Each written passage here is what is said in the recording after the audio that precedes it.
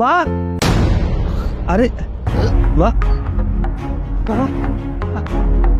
আপনার ঘরে তো নাতি নাতনি আসতে চলেছে। এ কি, আপনি দেখি আপনার মেয়ের মতো বমি করছেন। কি জানি বাবা। কি ব্যাপার? তোমার মা প্রেগনেন্ট। তোমার কি মাথা নষ্ট হয়ে গেছে? হ্যাঁ, আমার মার বয়স দেখছো তুমি? আরে আরে, এই ঠিক আছো? আলহামদুলিল্লাহ, এতদিনে আমার ঘরটা আলোয় আলোকিত হয়ে যাবে।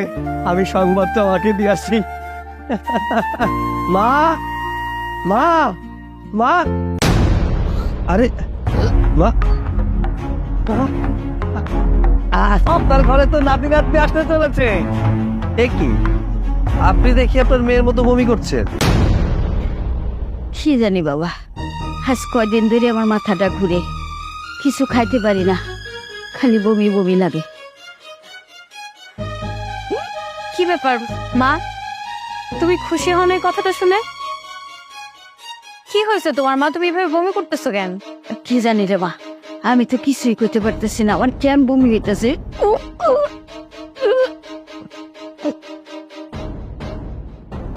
এই শোনো, তোমার মাকে তোমার সন্দেহ হচ্ছে। আমার মায়ের নিয়ে সন্দেহ? কি নিয়ে সন্দেহ হইতেছে তোমার? আমার মনে হয় কি জানো, তোমার মা প্রেগনেন্ট। তোমার কি মাথা নষ্ট হয়ে গেছে? হ্যাঁ, আমার মার বয়স দেখছো তুমি? আমি ওনার এত বড় একটা মেয়ে আমার বিয়ে দিয়ে দিয়েছে, কয়দিন পর নাতি নাতনির মুখ দেখবে, আর তুমি বলতেছো আমার মা এই সময় প্রেগনেন্ট না? হ্যাঁ, শোনো, তোমার বেবি হওয়ার যে লক্ষণ, তোমার মায়ের মধ্যে তো তাই দেখছি। তোমার যেমন মাথা ঘোরায়, তোমার মারও মাথা ঘোরায়, তোমারও বমি হচ্ছে, তোমার মারও বমি হচ্ছে। তার মানে আমার মনে হচ্ছে কি তোমার মায়ের আবারও একটা বাচ্চা হবে। আচ্ছা দাঁড়াও, আমি দেখতেছি। মা, তুমি এভাবে বমি করতেছো কেন? আমার সত্যি করে বলো তো, তুমি এবার প্রেগনেন্ট না তো? দেখো মা, এরকম কথাবার্তা কিন্তু আমার মোটেও সহ্য হতেছে না। কি হয়েছে আমার খুইলা বলো। এসব শরমের কথা জামাইয়ের সামনে কইস না। আরে মা, বমি তো এমনি এমনিও হইতে পারে। আচ্ছা ঠিক আছে, কালকে আমি নিজে তোমার ডক্টরের কাছে নিয়ে যাব। আমি দেখবো যে তোমার কি সমস্যা হয়েছে। যদি কোনোভাবে আমি এটা জানতে পারি যে তুমি প্রেগনেন্ট, তাহলে কিন্তু মা আমার থেকে বেশি খারাপ আর কেউ হবে না। আমি কিন্তু কেলেঙ্কারি লাগাই দিব, এটা তোমাকে আমি বলে রাখলাম। কোথায় তোমার কাছে একটা খুশির সংবাদ দিতে আসছি যে আমি মা হতে যাইতেছি। ও আরে, এত খুশির সংবাদ। হাওয়ার কত ইচ্ছা ছিল একটা নাতি নাতনির মুখ দেখুক। তোমার জন্য তো আর আনন্দই করতে পারলাম না মা, সব আনন্দই তো নষ্ট হয়ে গেছে।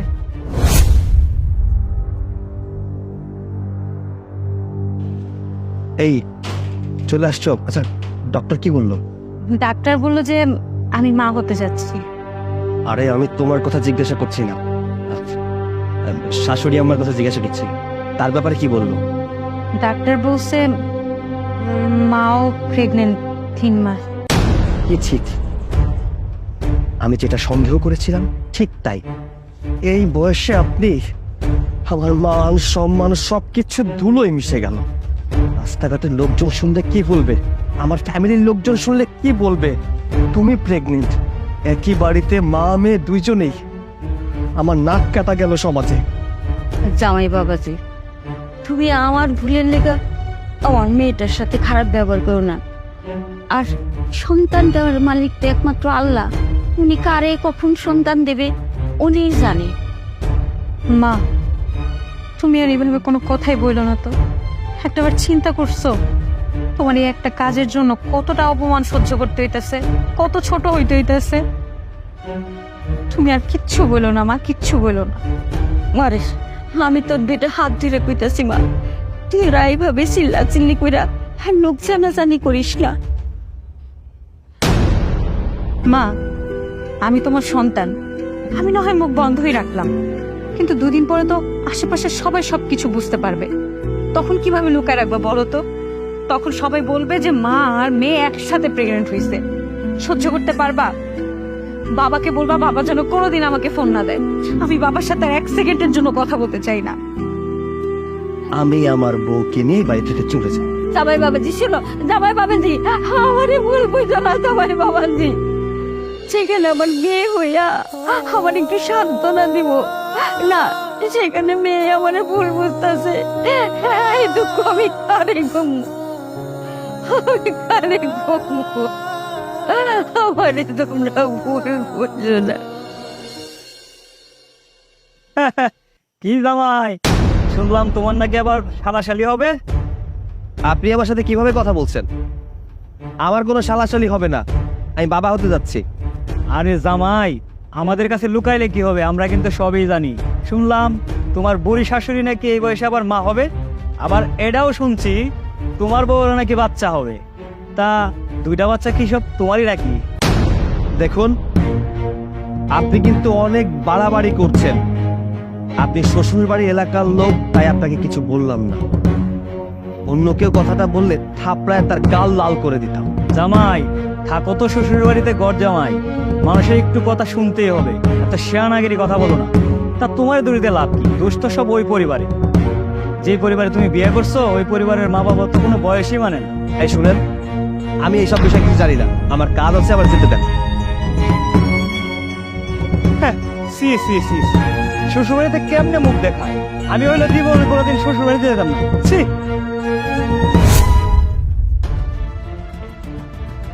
দাঁড়াও, কই যাইতেছো তুমি?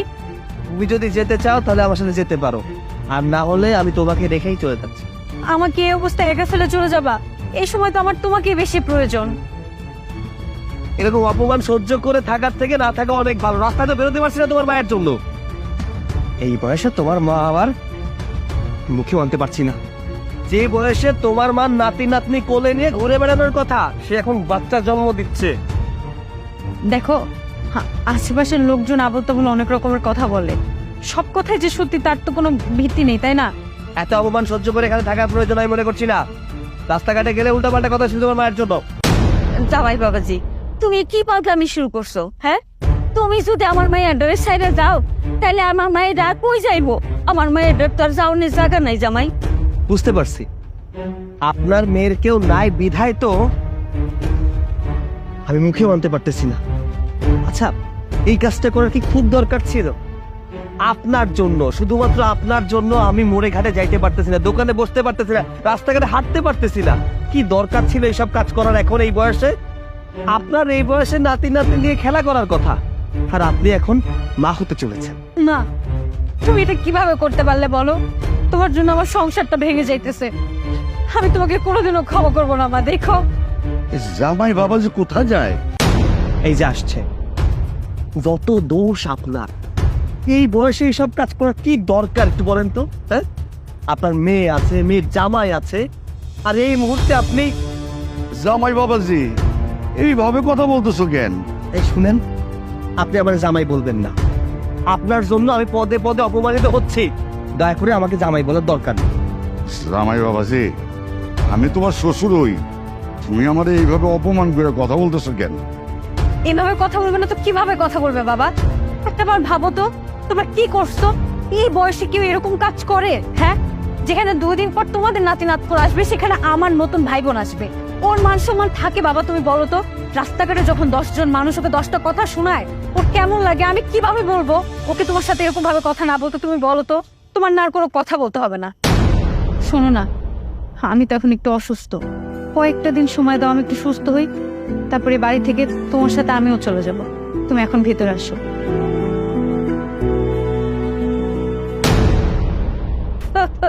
আপনি কেন আইছেন আমার এই অপমানের জন্য? তোমার এখানে খারাপ এইভাবে অপমান করতেছে, এটা দিকে আমার সহ্য হইতেছে না। আমার এই কষ্ট সহ্য হইতাছে না। আল্লাহ আমারে তুইলা নেয় না, আমারে তুইলা নিলে দিকে ভালো হইতো, আমি তো আর সহ্য করতে পারতাছি না। তুমি এইভাবে করো না, আমার যে খুব কষ্ট হয়। যাগুলো লাগে আমরা এত কিছু করছি, আর সেই মেয়ের জামাই আমাকে অপমান করে। ছি ছি ছি, লজ্জা। চলো ঘরে চলো, তোমার শরীর খারাপ করবে।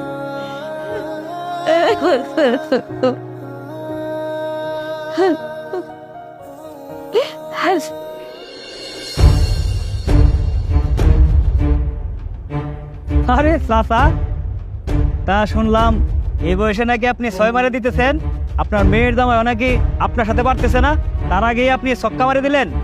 কি বলতে চাস? ও আপনি বুঝেও না বোঝার বান করতেছেন।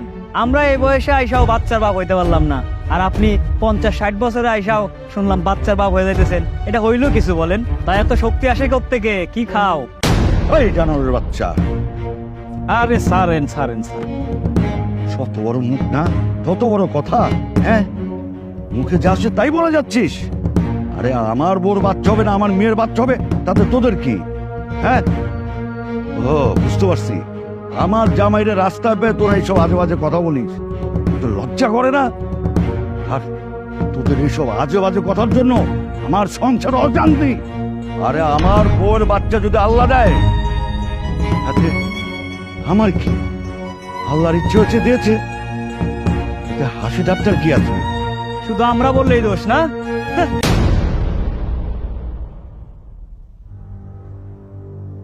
ঠিকই তো, এইভাবে আমি কতজনের মুখ বন্ধ করবো? হে আল্লাহ, তুমি আমার এই কি পরীক্ষা পালাইলা? তুমি এটা কি করলা? আমার কথা একবারও চিন্তা করলা না? নিজেই নিজের জীবন বিষ খেয়ে শেষ করে দিলা। কি আর করার, এই বয়সে বাচ্চা পেটে নিয়ে তো আর মানুষের সামনে যা মুখ দেখাতে পারবে না, এর জন্য বিষ খাই মারা গেছে। লজ্জা করে না তোর? তুই না ওর মেয়ে, তোমার এইভাবে অপমান করে কথা কচ্ছ? জন্মের পর থেকে তোর কথা ভাবতে ভাবতে তো সারাটা জীবন কেটে গেছে। এই মানুষটা সব সময় তোর কথা ভাবছে তুই কিভাবে ভালো থাকবি, তোর কষ্ট যেন না হয়, এর জন্য গর্ভবতী না হয়েও সেই দোষ মাথায় তুলে নিছে। তাও তোদেরকে কোনোদিন কিছু বলে নাই। কি বলতেছ? মার পেটে বাচ্চা ছিল না? তাহলে তাহলে কি হয়েছিল? তোর মায়ের পেটের টিউমার হয়েছিল। তার বলেছে যতদিন যাবে এই টিউমারটা বড় হতে থাকবে, আর টিউমারের সাথে বমিও হবে, আর সেটা হলো রক্ত বমি। তোরা বমি করতে দেখেছিস, কিন্তু রক্ত কখনো দেখিসনি। হায় হায়, এটা আমি কি করলাম? কোনো কিছু না জেনে না বুঝে ওরা কি এতটা কষ্ট দিল? মা, ও মা, মা গো, তুমি এত কষ্ট পাইছো মা, এত কিছু হয়েছে কিচ্ছু বললো না, সবকিছু কেন এভাবে লুকিয়ে গেছো মা? বাবা, তুমি একটাবার বললে না যে মার কি হয়েছে? আমি বলতে চেয়েছি অনেকবার, তোর মা আমাকে বলতে দেয়নি, কারণ তোর মা চিন্তা করতো তোর কষ্ট হবে, আর সে বেশি দিন বাঁচবে না। এই কথা শুনলে তুই অসুস্থ হয়ে যাবি, আর তুই কান্নাকাটি করবি। সেই কষ্টের মানে তোর মা দেখতে পারবে না, হয়তো আরো কিছুদিন বেঁচে থাকতো। তুই আর তুই তোর জামাই যেভাবে অপমান করেছিস, এমনকি কথা পর্যন্ত বলতি না। আর এলাকার লোকজন আজে বাজে কথা এগুলি সহ্য করতে পারে নাই, তাই সে বিষ খেয়েছে। মা, মা গো, তুমি মাফ করে দিও আমাকে। আমি কত ভাবে তোমাকে কষ্ট দিছি মা, সবসময় শুধু ভাবছি মানুষ কি বলবে, মানুষ কি ভাববে, একটা বড় তোমার কথা ভাবি নাই মা। তুমি আমাকে মাফ করে দিও মা। আসলে আসলে আমরা চোখে যা দেখি সবসময় তা সত্যি হয় না, ওই সত্যের পেছনে অন্য সত্য থাকে। আমার ভুল হয়েছে মা, তুমি আমার মাফ করে দিও।